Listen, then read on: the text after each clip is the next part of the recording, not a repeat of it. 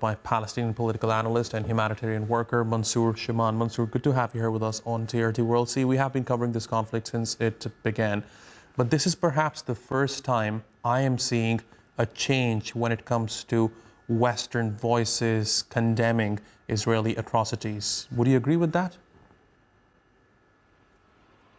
I think it's about time. It's a little bit late, but it's better to arrive to the right conclusion than not to arrive at all.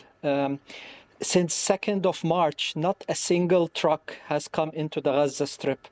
We are talking about 44,000 trucks of aid, of supplies, of products for babies, for pregnant women. Nothing has entered for over 11 weeks. That's over 1/5 of a year. Over the last few days, we've had over 300 abortions due to lack of medication and food. We've had over 325 deaths due to the lack of medication and malnutrition. The trucks, the few trucks that are currently in Gaza that have supposedly been entered by the Israelis are still at an Israeli checkpoint. This is just by this right-wing government just trying to create some kind of positivity in the air when it comes to trying to say, look, we're still allowing aid to come in. But it's not true. We are talking about starvation that is being broadcasted live, genocide that is broadcasted live. That is why common sense countries that have strategic sense, like the Europeans, are saying that in the next few days, if this doesn't stop, what will this say about the current United Nations? What will it say about the current world order? What kind of message are we sending to our future generations, to our children, our populations? How can we allow this to happen broadcasted live? Again, we are witnessing live genocide. And if the people of the world, if the leadership of the world doesn't step in today, then what you have heard right now on the news will be exponential when it comes to numbers of those that have been maimed, injured, dying because of lack of basic food, water, medication. We are talking about over 11 weeks of nothing entering Gaza Strip.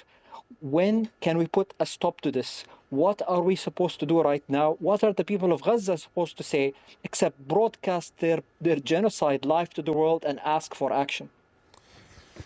Very strong words there, Mansour. You know, of course, this should have never happened.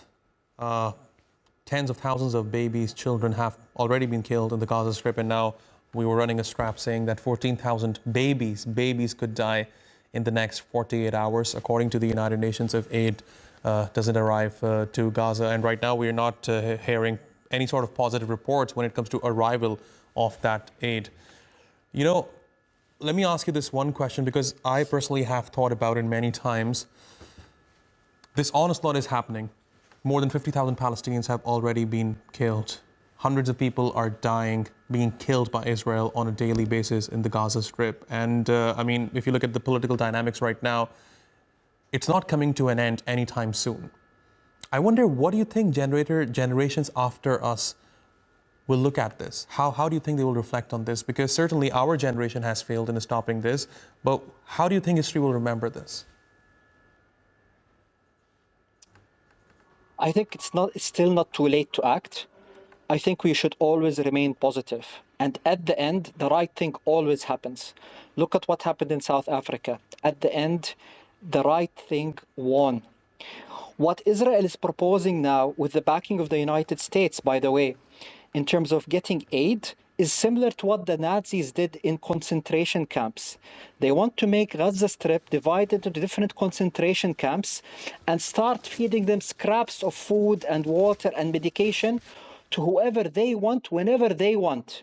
Haven't they learned from what happened to them in World War II in these camps? Why are they trying to do the same to the Palestinians right now in Gaza? Didn't we say never again? It's very important to note that we can still act. We can still do something, right? And The problem right now when it comes to babies and the figure 14,000, people might think this is like a very large figure. Think about it.